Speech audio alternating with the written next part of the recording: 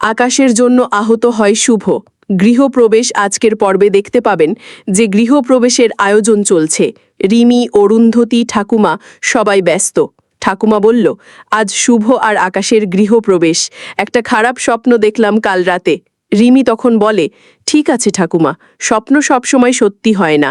শুভ, আকাশ দুজনেই খুব খুশি আজ। দৃশ্য 2-এ দেখা যায় রাস্তায় দুপুর। আকাশ স্কুটি করে আসছে ফুল আনতে। হঠাৎ একদল যুবক তার পথ আটকায়।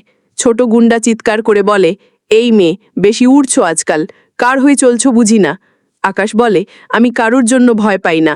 যুবকরা আকাশকে আক্রমণ করতে গেলে হঠাৎ পেছন থেকে শুভ এসে একেবারে রেগে যায়। শুভ চিৎকার করে বলে, আকাশের গায়ে হাত দেওয়ার সাহস কই পাইছো? শুভ মারামারিতে জড়িয়ে পড়ে। একজন যুবক পেছন থেকে লাঠি দিয়ে আঘাত করে শুভর পিঠে। সে মাটিতে পড়ে যায়।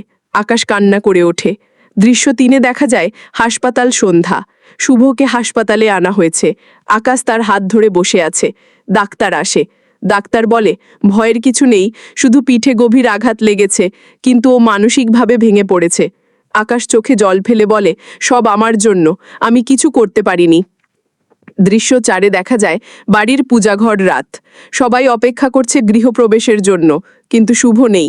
হঠাৎ শুভ কুঁজো হয়ে আসতে থাকে। আকাশ তাকে ধরে রাখে। রিমি বলে, শুভ, তুমি কেন এভাবে এলে? শুভ হেসে বলে যে আমার গৃহপ্রবেশ তো, আকাশের পাশে না থেকে সেটা অসম্পূর্ণ থাকতো। ঠাকুমা কান্না ভেজা মুখে বলে, এই সংসার আজ আসল অর্থে শুরু হলো শুভ, তোমার ভালোবাসা দিয়ে। সবাই দীপ জ্বালায়, ধুনো পোড়ায়, আর ক্যামেরা ধীরে ধীরে ওপরে উঠে যায়। ভালোবাসা মানে শুধু রঙিন দিন নয়, ব্যথার মাঝে দাঁড়িয়ে যাকে ধরে রাখা যায় সেই আপন। বন্ধুরা, ভিডিওটি ভালো লেগে থাকলে ভিডিওটিতে একটি লাইক দিয়ে সাবস্ক্রাইব করে দিবেন।